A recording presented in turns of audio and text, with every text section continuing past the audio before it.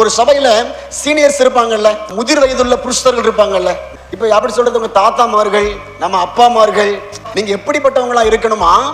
ஜாக்கிரதை உள்ளவர்களாக இருக்கணும். நீங்க வயசான ஆட்களுக்கு கர்த்தர் சொல்ற ஆலோசனை பாருங்க.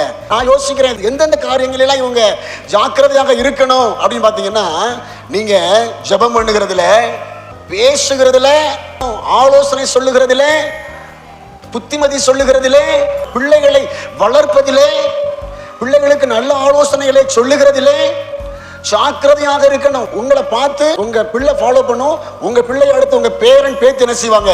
ஃபாலோ பண்ணுவாங்க. அதுக்கு தான் சீனியர் செய்ய முதல்ல ஒரு ஆலோசனையை சொல்றாரு. முதிர் வயதுள்ள புருஷர்கள் ஜாக்கிரதை உள்ளவர்களாக இருக்கணும். இங்க இருக்கிற தாத்தாமார்கள் எத்தனை பேர் ஒழுங்கா ஜெபிக்கிறீங்க?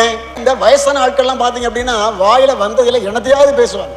தடக்குன்னு கோவம் வந்து கெட்ட வார்த்தை பேசிவிட்டு இது போன்ற காரியங்கள் தான் எழுதுறாங்க. ஜாக்கிரதை உள்ளவர்களாக இருக்கணும் சீனியர். இந்த ஜாக்கிரதை உள்ளவர்களுடைய கை ஆளுகை செய்யும் என்று எழுதியிருக்கு. ஜாக்கிரதை உள்ளவர்களுடைய ஆத்துமா புஷ்டியா இருக்கும் என்றும் எழுதப்பட்டிருக்கிறது. நீங்க ஜாக்கிரதை இல்லைன்னா உங்க ஆத்துமா என்ன ஆயிடும்? புஷ்ஷன் போயிடும். அடிக்கடி நீங்க மன கலக்கத்துக்குள்ள போக வாய்ப்பு இருக்கு.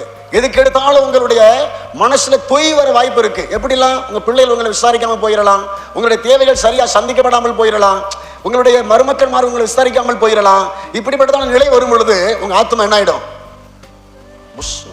ஏண்டா வாழ்றோம், எனத்தையா சாப்பிட்டு செத்துறலாங்கிற மாதிரியான ஒரு எண்ணங்கள் வந்துடும். அதுக்காக தான் எழுதுறாங்க, முதிர் வயதுள்ள புருஷர்களுக்கு எப்படிப்பட்ட ஆலோசனை சொல்லணும்னு கேட்டீங்கன்னா, அவர்களுக்கு முதல்ல என்ன தேவை? ஜாக்கிரதை தேவை. ஆண்டவர் மேல நல்ல ஒரு சிநேகம் இருக்கணும். வயசு கூட கூட கல்லறைக்கு போற நாட்கள் என்ன செய்யுது?